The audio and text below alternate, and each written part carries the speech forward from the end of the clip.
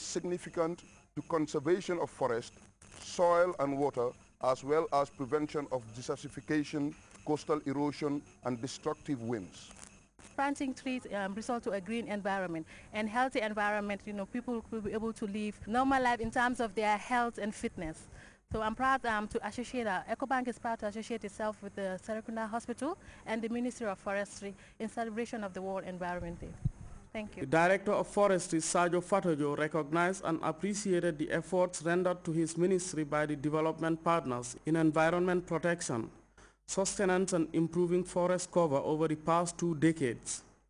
Seedlings planted would not only provide protection, but would also serve as a shade for the patient, the nurses and the doctors, and also make the hospital look very beautiful. The hospital administration officers expressed gratitude for targeting their hospital as beneficiaries of this noble gesture. Trees are very good partners people can live with, because taking care of these trees, especially in the hospital setting here, you can see other trees has been goodly taken care of. We have very good personnel on the ground who will be taking care of these trees. And not only to plant these trees and leave them there, we have to nurture them and make sure that they benefit every individual who comes to the hospital and even not coming. But one way or the other, they will really benefit. World Environment Day is celebrated on the 5th of June annually. The theme for this year is Green Economy. Does it include you? The Ministry of Forestry and Environment is hoping to spur collective action by engaging the citizenry and stakeholders to a massive tree planting exercise during the rainy season to plant as many trees as possible. Samuel Ba, GRTS. Its appeal among youths might have dropped significantly, but the idea of Boy Scouts is still in existence. One particular group in the Carnifing municipality is trying to rekindle interest among youths in the values and ideals of scouting. Leiko Mademba reports.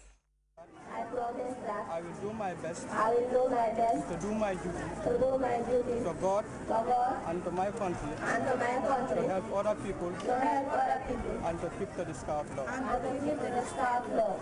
Scout motto. It was a colorful event designed to introduce new interns into the fold of the Scout family. Scouting prepares an individual to make a meaningful contribution towards the development of one's nation. An investiture is an important ceremony in the life of a Scout, because after going through the training, a decision is made to take up the challenges to becoming a Scout. It's not the end, but it's the beginning of your career as Scout. Then I thank you all, and I would like to advise you to keep up the job. Training Officer Njagangam urges the new intakes to keep to all the laws of Scout and to uphold the principles of this noble organization. Scout is clean in thought, words, and deeds. So, brothers and sisters Scouts, please, this is what you're coming to take up. This is the type of life you are expected to live. This is the type of activities you are expected to embark on. The gathering saw the presence of Imam Abdullah Fati of the State House Mosque. Himself a former Scout, reminded young people of their roles and responsibilities in society. He commended their parents for allowing them to join this noble organization. The graduating class were given some valuable words of advice by the Public Relations Officer, Gambia Armed Forces Captain Abdullah Mboub. The Army PRO warned the gathering of the immense dangers of illegal drug abuse. I will urge you to avoid drugs. Drugs are the fastest way of spoiling your lives, and the best way to stop it is not to start it at all. I assume you all know Tanka Psychiatric Hospital. It is very sad and disheartening to see the young boys and girls who happen to be your age mates battling with mental illness because of drug and substance abuse. You are at a very critical age in your life, and at this stage, whatever you start, good or bad, is likely to follow you throughout your life. The investiture ceremony saw a demonstration of karate skills by the interns. For GRTS News, I am Deiko Mademba. Well, you can also follow that story and other GRTS programs live on our website, which is at www.grts.gm. There you can also monitor GRTS Radio Live. Well, that takes us to our very first break. The news continues in just a moment.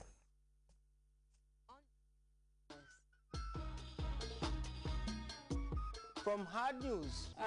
I want to direct this question to the FAO. To Human Interest, Weekend Spectrum is the program that spices up your weekend with news, breaking events in and outside the Gambia.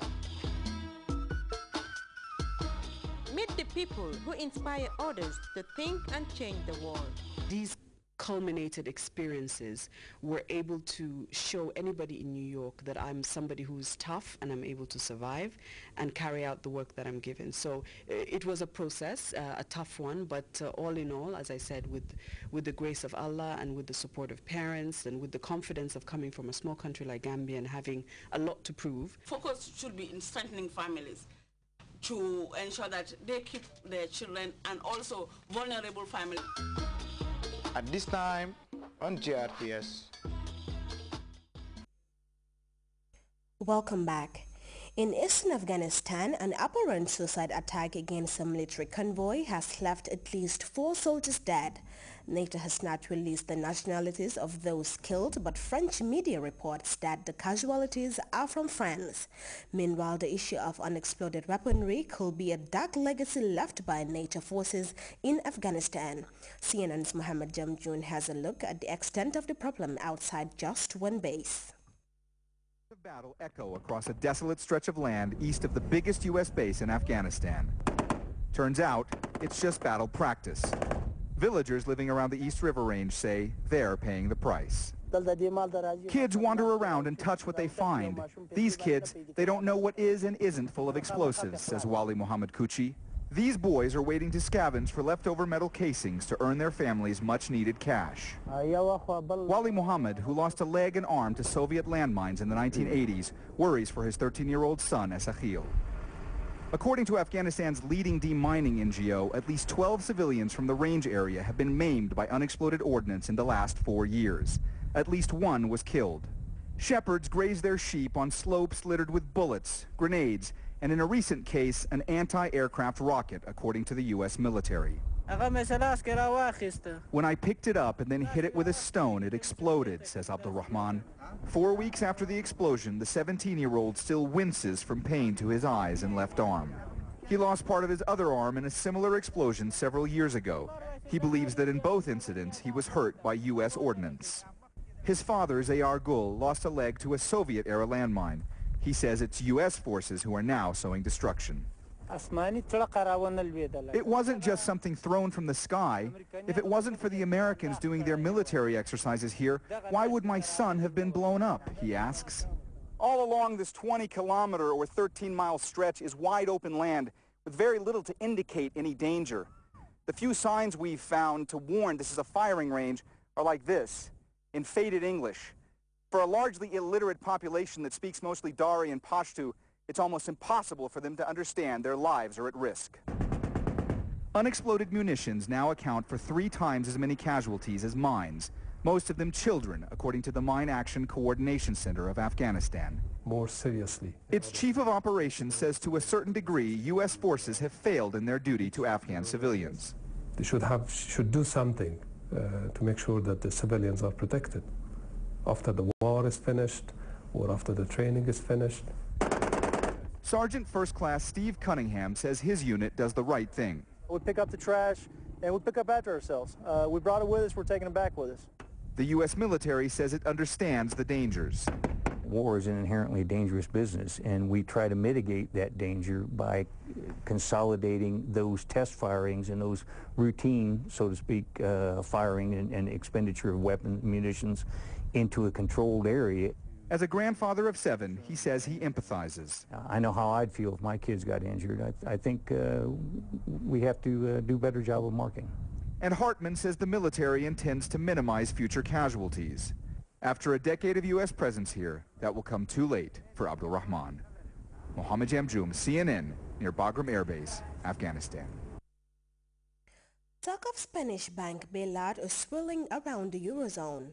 On Saturday, the International Monetary Fund released 2 reports containing 130 pages of graphs, charts and analysis about what the Spanish government will need to offset its ailing economy. The IMF says Madrid will need some 50 billion